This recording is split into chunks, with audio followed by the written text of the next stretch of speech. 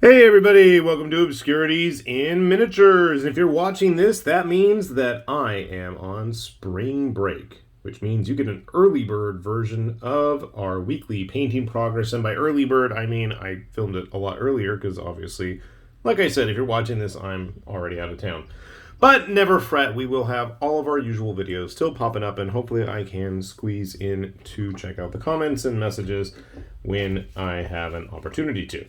But let's ignore that for a moment and focus on what we got done. So I did manage to get a couple of models from Mr. Sparkle Trout. This is a Station Forge. I don't know what he is. Some kind of mechanical guy with a spear and a shield. that's very very descriptive. I know they had like a bunch of hooded ones as well. I didn't even know that I printed out. I didn't put out anything. I printed out some with heads like that, but I guess I did. We got that, and we've got another That Evil One Roman troop. And I don't remember which specific model this is. I'm going to have to do some research. Obviously, prior to posting this, was it a Praetor? I don't honestly remember. I'll have to double check and put it down in the notes if you guys are curious about tracking any of these down. All right, so that's what he got done, and hopefully by the time I get back, I'm going to get some more stuff painted, but I did manage to squeeze out a few models prior to skipping town. All right, now I will be the first to admit I didn't do a good job on any of them, and I know I'm super zoomed in and I don't really care, and oh dang, I gotta really fix up his face. This is one of the Ketone swordsmen from Alternative Armies, and I honestly could have done a much better job of both cleaning and painting him. Now from a distance I think it looks okay, but you know, obviously we're gonna look at it a lot closer. I have had the crazy idea of doing Test of Honor with a bunch of kitty samurai. Why not, right? So they're all on 25mm bases just for that reason. I've got a couple of the other models that came out in that release that are hopefully going to be done in the very near future. Another rat from Resin Warfare. Part of their, is it Ravenous Hordes? Verminous Hordes? I don't even remember. Now, he's got a bunch of marks hidden away here that thankfully you can't see, where the printer was deciding to start to get uncooperative, to say the least. I've got these crazy like scuff marks, like cuts, gashes in the actual screen, and I have no clue how I got them there. Thankfully it was still under warranty, and is it Anycubic makes the Mono X that I've got? They already sent out a new screen for me, but I'm like, I might as well just use the one I've got for the time being. But I have absolutely no idea what caused. I mean, there's like huge just cuts into it. And I mean, there's nothing on the bottom of the FEP plastic sheet, you know, at the bottom of the vat. There's nothing there. I've cleaned it, and I mean, it's basically sat there since day one. And the bottom of the vat itself, there's no cut marks. It's just the screen. I've never seen that or heard of that. But people were suggesting maybe I need to get like a screen protector, like from a tablet, to put in there. I have no idea. If you guys have any suggestions, at least that's what I saw on Reddit or Facebook or something. I don't even remember where. But if you guys have any suggestions, or if you've heard anything about similar situations, by all means, please let me know, because that was like a major head scratcher. Anyway, moving right along. Here we have a nice, ooh, he's still kind of glossy. Gotta fix that up. Nice little Desert Bandit that comes to us from Mammoth Factory. I want to say this was their initial release when they started up their Patreon/tribes, and they had some sizing issues. So this is one of their original models. They all got them resized. I want to say he's probably closer to 28mm, but they have them upscaled to more 32mm size. Not like he's small or anything. Not at all. But, you know, in today's modern gaming age, where bigger is always better. I mean, I think he fits in pretty well with a lot of the models that I've currently got laying around now. Obviously, you know, with submodels, it's going to be a little bit bigger. But with some models, it's not going to be much of an issue. So, something to think about. But they've had some really nice releases, so I've been meaning to start talking about them and showing off some of their stuff.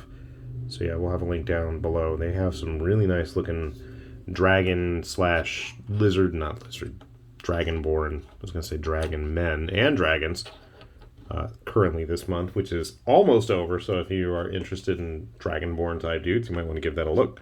We'll probably have a video though on those guys after the fact, but we'll get them up there nonetheless. All right. Here is a model that had way too much wash pool up and me not bothered to clean it up. This is like one of the newer Shadows of Brimstone enemies. I want to say the Hungry Dead, but I don't think that's the right name. It was a new plastic set, but there were like 6 of them in a box, and I've slowly been trying to get them painted up in my efforts to have a fully painted, expanded set of Shadows of Brimstone models before the summer is over. I think I can do it. I'm going to try at least. Let's see what else we got here. Now this guy's been on my table for a while. This is a Bestiarum Gladiator when they did their whole arena set. I want to say he was actually the model from the Chariot, and I managed to get something on the back of his cloak there to clean that up. Very simple, very quick paint job. He's a big dude, though. I know Bestiarium's gone back and forth with sizing. Man, they've got some really cool looking stuff coming up. This is definitely an older set, though. I want to say that he had parts that were included in the Kit Bash bits when they were still doing that. So you might want to take a look through their back catalog if you want some very Dark Soulsian, Soulsborne influenced gladiatorial dudes. All right, what else we got here? Oh, here's something. Started working on some more gunfighters, and I gotta fix his eyes, obviously, and put a better matte sealer on him. But these are the plastic gunfighters from Great Escape Games for their Dead Man's Hand, and I believe there's actually supposed to be some new ones coming out soon, so hopefully we're going to keep our eyes peeled for those. But I gotta say, this is a fun little set. And the nice thing about these guys is they paint up quite easily. I mean, I know I'm super zoomed in, but from a distance, I think they look really good. I know there's much better painters out there. I know I tend not to give myself much credit, but, you know, I guess that's one of the downfalls of having to watch other people that I feel are much more talented than me. But you know what? I like what I do, and I'm happy that it's getting done, and I'm going to continue to go with it. So, yeah. All right. What else we got here? Here's another model that's been sitting around on my table for way too long. I gotta fix that up. This was part of the Yokai release from Titan Forge when they did their Japanese style miniatures. And obviously I have not done anything on his Sashimono back there, but we'll probably try to write something. But yeah, that's gonna be a challenge. This guy was like almost all one piece too, I think. Really can't see his eyes in there. And I want to say he might have actually gotten glued onto the stump, but the fox spirit and the little shrine and tree stump were all actually one piece as well. So maybe it was 2 or 3 pieces, I don't remember, but I think I might have tactically glued his flapping cape bits to help keep him on that base. Otherwise he is not going to be stable. Thankfully he is. You'll notice he's in red. Usually I do all my samurai, it seems, in blue.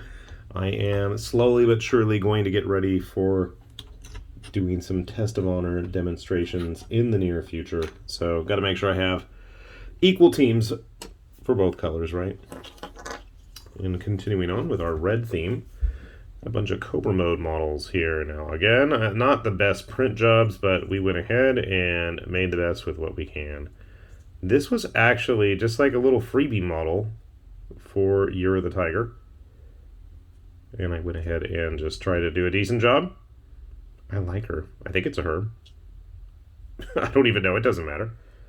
It could be any gendered tiger warrior with big claws. I couldn't make up my mind if I wanted to do the claws in metallics or bone, but I went with metals in the end.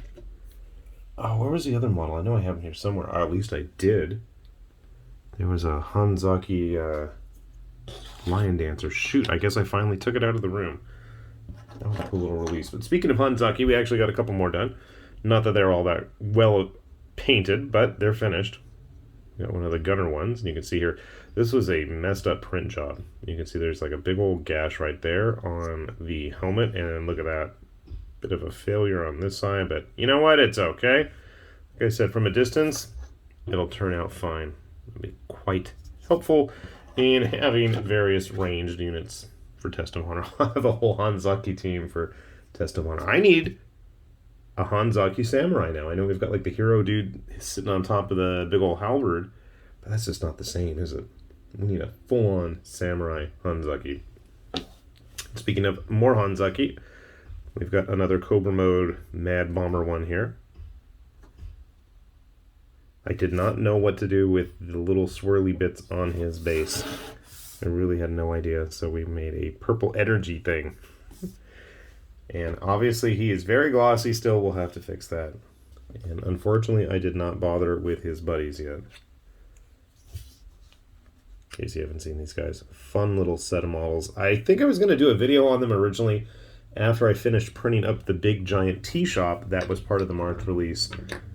Well, big, at least by little salamander people standards. It was definitely a cool set. I have to finish printing that, but I'm waiting to get more resin, and since we're not even in town, that seems kind of silly and pointless at the moment, so hopefully in the near future.